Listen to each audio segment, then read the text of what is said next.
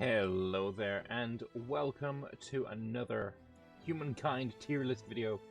This is the final era that we're going to be looking at today, and just to show you what I did in the industrial era, we went with the Persians, and the Caravanserais, you can see I'm getting around about 24 gold from them. I got a couple more there, another one here, so we're making, you know, between 20 and 30 gold from them, which is not bad considering I'm pretty diplomatically isolated up on my little island up here, and really only found 3 civs during the game. But yeah, they're making a decent bit of gold. We go to the next era, and what do we see first? Well, the Australians. Let's have a look at what the Australians have to offer here. First off, they are an industrial civ, which again, like always, is a bonus. They also get plus 20% industry on all of their cities. This is incredible. This is incredible as a bonus. Of course, you're not really going to be carrying it through into the future eras because this is the final era, but even so, just boosting that final era's industry is something important, because in the final era you've got things like moon missions and nuclear missiles and really expensive building projects to go with, and you know, that extra bit of industry is certainly very welcome. Their emblematic quarter is the strip mining complex. Plus 10 industry. They also give you pollution, plus 50 industry per adjacent strategic resource. If you've got 2 strategic resources within a tile of each other, oh, by the way, you've just got 100 industry from the strip mining complex, plus the 10 there, 110. Plus 1 worker slot on city or outpost as well, very nice, counts as a maker's quarter. These are incredible. We've spoken about the Barret in previous videos. This will give you more industry than a Barret if placed correctly, and they are ungodly amounts of amazing. They just really, really are. Strip mining complex, awesome building for sure.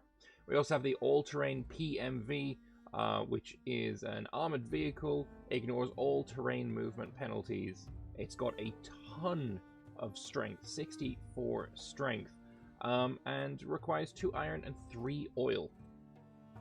Decent unit, very decent unit. Maybe not so much going against tanks and the like, but it is, yeah, it works. It does the job for you. If you want to redeploy rapidly, say you've got an entire army made up of these all-terrain PMVs, 8 movement on them, being able to fire over 6 tiles. They're speedy, they're fast. You know, you're not going to have any problems with like emus or anything. The Australians are, they're either A or S tier at this point. I'm gonna put them in A for now, but we're gonna have a reshuffle at the end, possibly, where I might put them into A tier. These are the guys that I initially, the first time I reached the contemporary era, I looked at all the civs, I saw these, and they were immediate S tier for me. Now I've got a little bit more experience in the game. There's others that may have a little bit more going on in this area, but for right now, yeah, the Australians, they're really good. They're really good. Moving on to the Brazilians, an agrarian civ. You're going to be getting some stability when gaining population, plus 3 food on all tiles producing food. It's a good bonus. Is it the best bonus we've seen from this agrarian style? Probably not. But it's decent. It's decent. We also have the agronomy lab, plus 1 food per population, plus 3 food per adjacent farmer's quarter, plus 1 farmer slot on the city or outpost as well. It's just a really good farmer building. You're going to have a lot of population in this era, so getting plus 1 food per population on every single one of your regions it's incredible. You're going to have a lot of food, you're going to be growing population, and you know, pops are armies, right? You can't build a unit if you don't have a pop to be that unit, so having a decent population is going to be very important, and the agronomy lab is going to allow you to do that. Yeah, it's a good food-based building. They also have the jungle brigades. They gain increased ambusher bonuses when on forest tiles, so you're just going to get a lot more bang for your buck with them. 57 strength, they're okay. They're not bad at all. You need to research covert ops to be able to use them. But yeah, these are pretty good units. Where to put the Brazilians? I'm gonna say probably B tier. B tier seems a bit fair right now, because I'm gonna be honest, like having the food in the final era. If you're struggling for food at this point, you've done something wrong in a previous era. Catch up at this point is not really on the cards. I mean, it's nice to have it. It's also nice to have the agronomy lab. It may allow you to move pops off of food and move them onto industrial slots or worker slots. But if you're looking for more industry, then go with an industrial civ, that kind of thing. It's not something I rate very, very highly in the contemporary era. If you got this bonus earlier on, totally worth it. Like, this can be worth a crap ton of food, right? This can be, you could probably take all of your pops off food at this point. But again, you've got a lot of buildings, infrastructure that you can put in the contemporary era that will give you just tons of food anyway. So, is it that worth it? No. Yeah, I think B is probably where the Brazilians belong. Next up, we have the Chinese, which is a merchant civilization. They can use their influence to basically get free money every few turns. Click on a resource deposit, get 500 gold. Do it on an ally, you both get 500 gold, something like that. It's decent. It's not that much money in this era, though. Like, you're not going to be using it to make money, but it's nice to have. They get the Silk Railroad plus 10% money on all cities. This can be very good at this stage of the game. You're looking to get money so you can buy out units to go to war. Getting a little bit of extra money is nice, for sure. They have the Congress, plus 7 money per number of attached territories. This can be worth a lot, depending on whether you're going for a Megalopolis run or whether you're going for, many cities. You're probably still going to make a lot of money out of this. You have plus 3 influence per adjacent market quarter as well, which is quite nice. And it also counts. It just adds a farmer, worker, trader, and a research slot, which is, like, it's nice, right? It's not massive, right? It's not a huge bonus, but just having those extra slots, it can be really good, and it stops you having any kind of unemployment or anything like that. Not that unemployment's in the game, it's to be overpopulation, but you know what I mean, right? It's just nice to have, just an extra slot on all of them. Is it gonna be a swinging kind of district? Is it gonna be putting it in a higher tier? No, definitely not. But it's not terrible, right? It's not an absolutely terrible emblematic quarter. They also have the Guardian Missile unit. They will use the bombard action twice per turn, which is really nice. Bombard action, for those of you who don't know, is an action you can take outside of combat as well, where you can attack an enemy army, an enemy city, an enemy district, an enemy fleet that's moving towards you, and if you can do that twice per turn, that can be really powerful. An army of guardians, say 4 guardians, can sail up to an enemy city and probably get it all destroyed, depending on how strong the city is. They can destroy that city without sieging it at all. If an enemy army is coming to attack you, you can soften them up before the battle starts. They're just really, really good. Bombarding is underrated as hell, and if you can do it twice per turn, if you can do it twice per turn, that's amazing. They require 2 oil, 1 aluminium, and 2 uranium, so they are a very expensive unit, but oh god, they are so worth it. They are so worth it. This is one of the units that will push you up a tier for sure. But for the rest of it, I'm thinking B still. Maybe it's, I'd say A, but compared to the Australians, I'd still much prefer the Australians. We'll pop them in B, but before the Brazilians, right? It's a good civ. The Guardians are awesome, but they're not quite on the Australian level. Next up, we have the Egyptians. It's like, what? Lambert, we've already had Egyptians. No, they were the ancient Egyptians. These are different. They are an aesthete civilization. They have plus 4 influence on all of their emblematic districts going throughout the entire game. So you've got, 6 eras. You're probably going to have, at this stage, 30, perhaps, emblematic quarters on a city.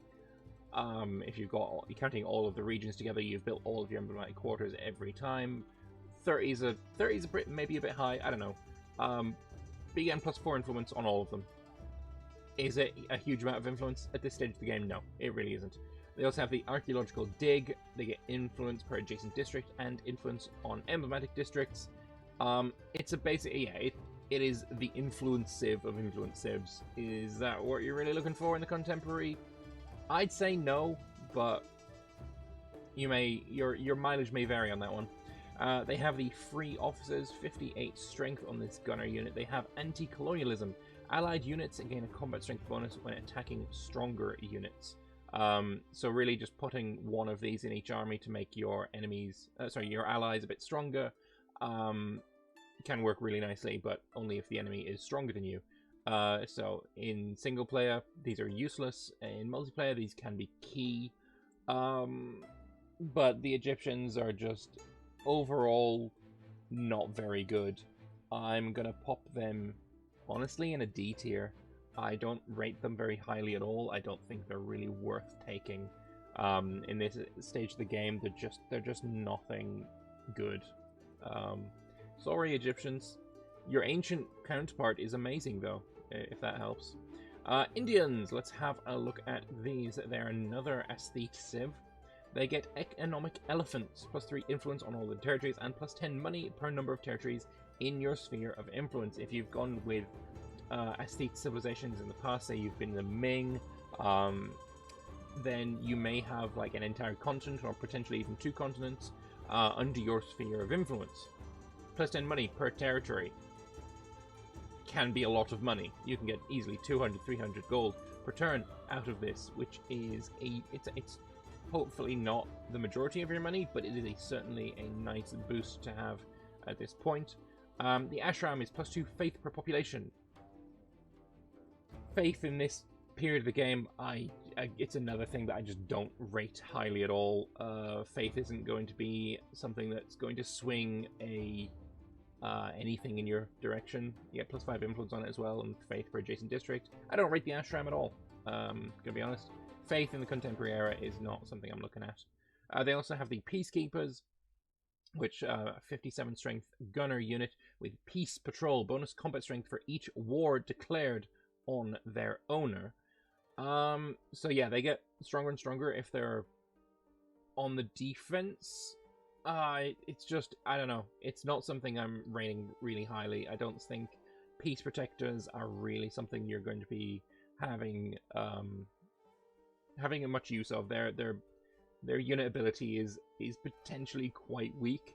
The way that I could see this working out is maybe you have gone the nuclear route and you started building nuclear missiles, and everyone's declaring war on you to stop you from using your nuclear missiles. Then these units get stronger based on every war declared on you, and you may have a very, very strong unit in that case.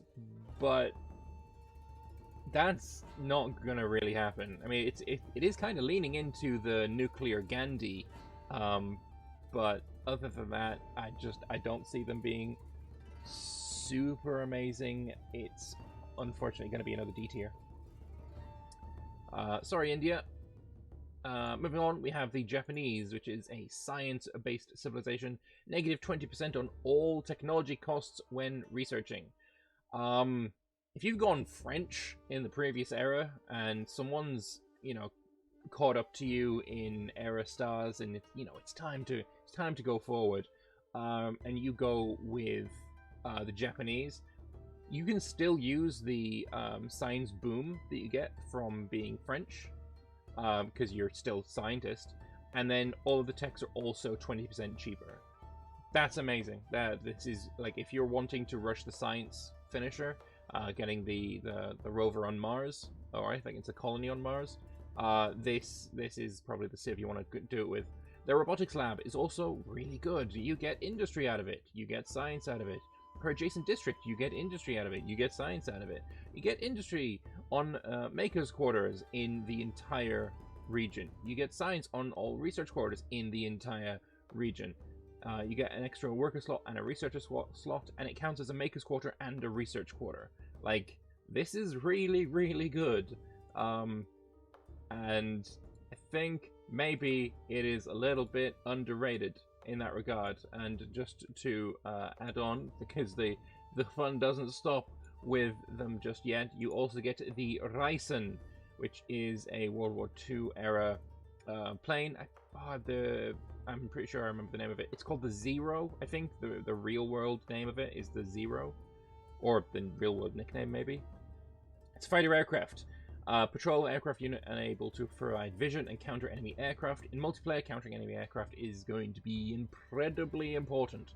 Like a vast importance on countering enemy aircraft, because bombers are just that good. They're also light. Destroyed if a single attack ever removes more than half the unit's health. Is weak on that regard. Is it better than the fighters that you're gonna have as any other civ? I mean, yes, but how much better? Not that much. And you'll be looking in the contemporary era to move on to multi-role fighters anyway, to get that bomber and fighter role in the same area. Is it really that valuable on that regard? No, not really. But other than that, Japan is a really good civ. Just their unit lets them down just a bit. Where would I put Japan? I've actually already put Japan in D. That's an accident. That's supposed to be the Indians. The Japanese I put A because of the technology reduction cost. I think that's worth quite a lot.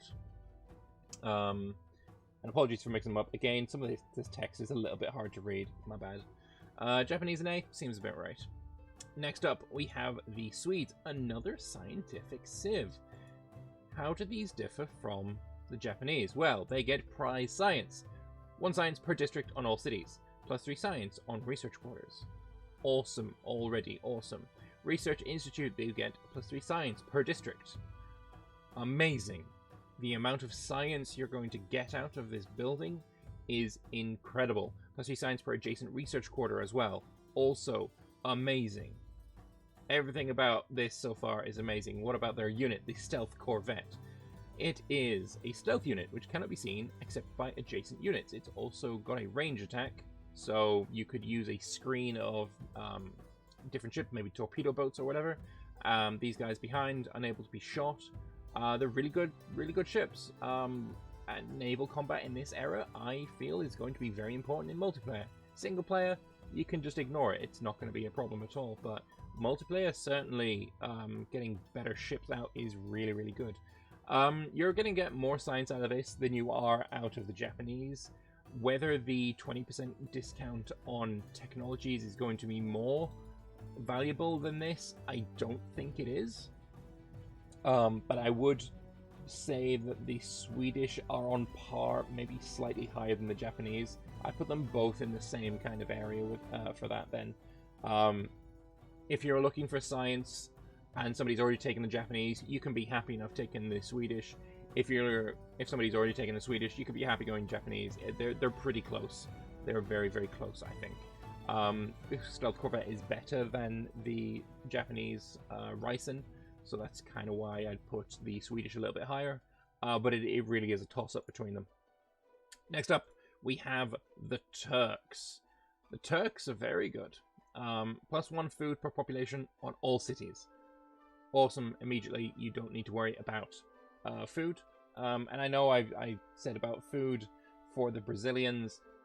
If this was all they got, then sure, they would go right beside the Brazilians. But they also get public schools. +1 science per population.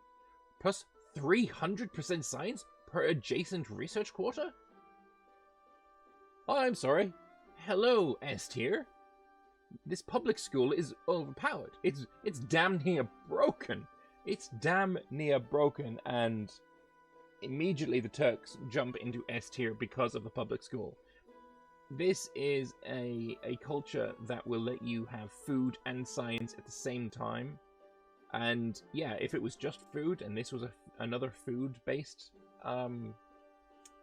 building, yeah, they'd probably stay in the B tier. But because of the ridiculous amount of science you can get from this public school. It outstrips the Swedish and the Japanese, even though they get bonuses here as well. This public school is that goddamn powerful. You can get hundreds of science from this if placed correctly, and they're just glorious. Build them in every single region you have, and you will boom with your science. They also get the Stealthy Operative Missile, which is a missile unit, which is basically what I said about the bombarding unit for the Chinese. These are the same. They do a lot more power, but they're also one use, right? You send them, they blow up. You gotta build more of them.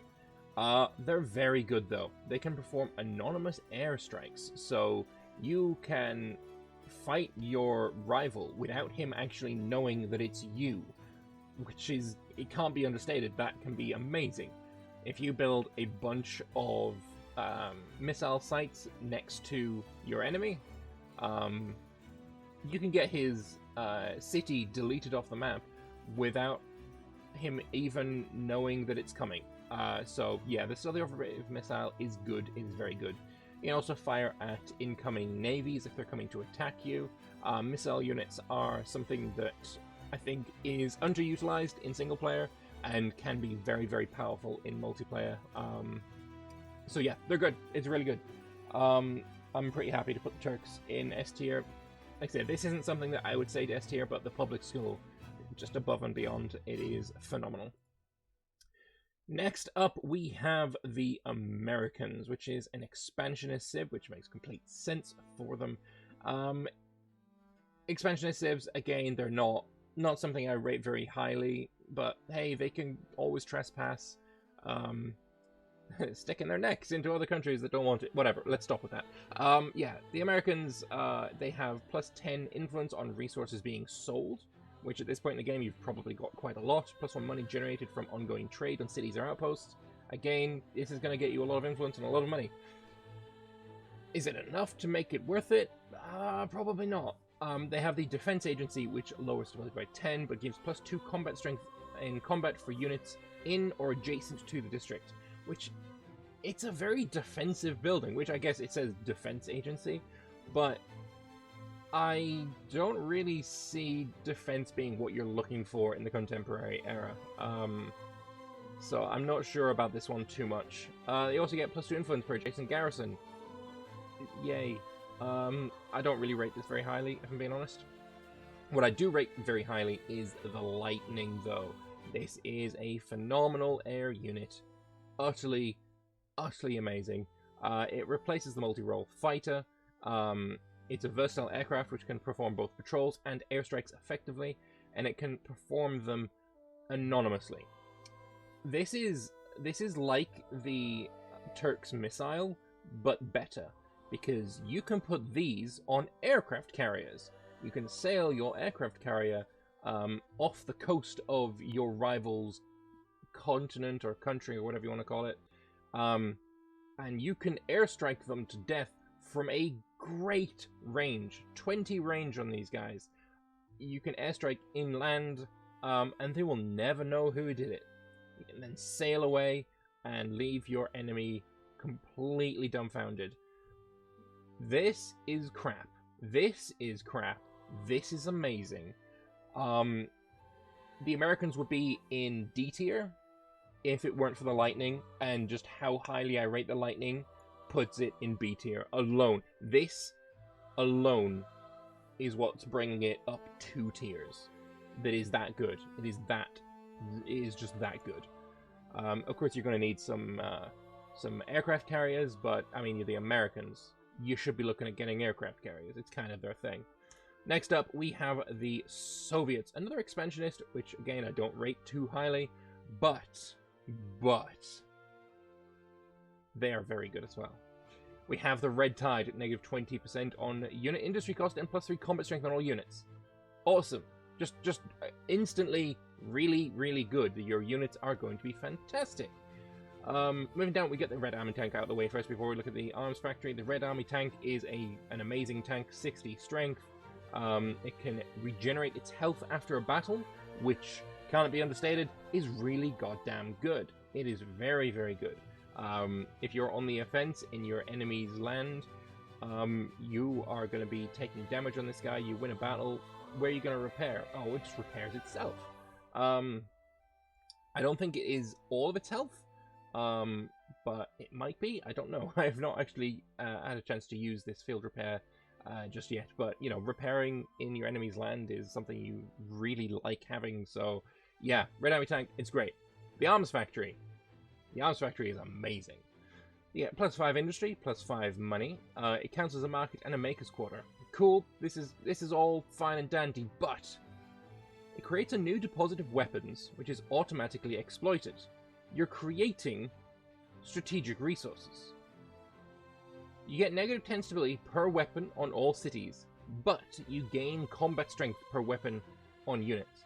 So if you can manage your stability, which in the contemporary era there are multiple techs, there are multiple civics, there are multiple ways that you can manage your stability. If you build arms factories in every single one of the territories that you control, you can have units, say this Red Army tank, you can get this Red Army tank to 63, you've got Red Tide, also maybe you've gone with other civs before that give heavy weapon strength or whatever, right? But just say, let's just say we're instantly the Soviets here. You got 63 combat strength, you build 10, 20, 30 arms factories, it's not impossible. You build 30 arms factories. This goes up to 93 strength. The Soviets have the potential to be the strongest army in the endgame. The strongest, by far. There is no other scaling combat strength modifier that you can get, and because of that, the Soviets are instantly S tier. There is no culture in the game that has the potential to be as strong militarily as the Soviets. It is that good. It is that good. The Arms Factory is one of the best emblematic quarters in the game. It really is that good. But that is it. That is the entirety of the tier list. And I don't know about you, but I think that's pretty good. I think it went pretty well. If you disagree with any of my decisions here, please do let me know in the comment section below. I'm very interested to know if you agree with my selections here, because I'm pretty happy with where I've got things. I'm gonna make myself smaller so we can see all this. Oh, I can't. Well, just underneath me there is the Zulu. Let me know what you guys think about my tier list. I'm going to save this, and I'm going to include a PNG of this in or an Imgur link to this tier list in the description below. This is where I think all of the civilizations stack up. You may have different opinions. There may be some civilizations here that you think are much better than I give them credit for. There may be some that you think I'm rating far too highly. Let me know in the comment section below, and thank you very much for watching. I hope you found this little series of tier list videos helpful, and I will see you in the next one, where maybe we'll do a tier list of the wonders. I'll see you next time. Bye-bye.